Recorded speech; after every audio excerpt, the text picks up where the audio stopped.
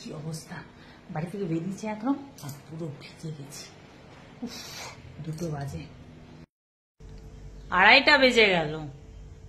বাজে বেলা 2:30টা। এলাম এক জায়গা থেকে, রান্না বান্না কিছু করে যাইনি। এরকম এখন রান্না করবো, চারিদিকে সব ছড়ানো। মানে ও সকালে ডিউটি থেকে এসছে আর আমরা বেরিয়ে গেছি। ওর জামা কাপড়ও সব ভেজানো আছে, কাঁচা হয়নি। এরকম বেলা 2:30টা বাজে, আমি এখন চা খাচ্ছি।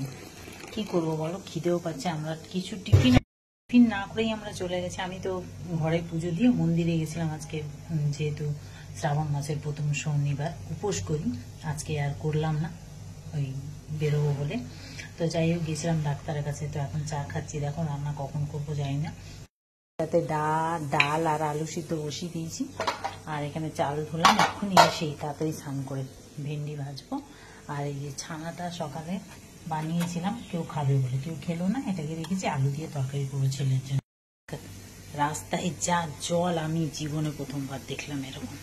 তো যাই হোক, এখন চলো চাটা খাই একটু মুড়ি দিয়ে। দেখা হবে নেক্সট ভিডিওতে। তোমাদের আজকে লাঞ্চে মেনু কী কী হয়েছে অবশ্য কমেন্ট করো। অনেক দেরি হয়ে গেল, 2:30টা বাজে। বাটিতে নিয়ে খাওয়ার মতো আর সময় নেই।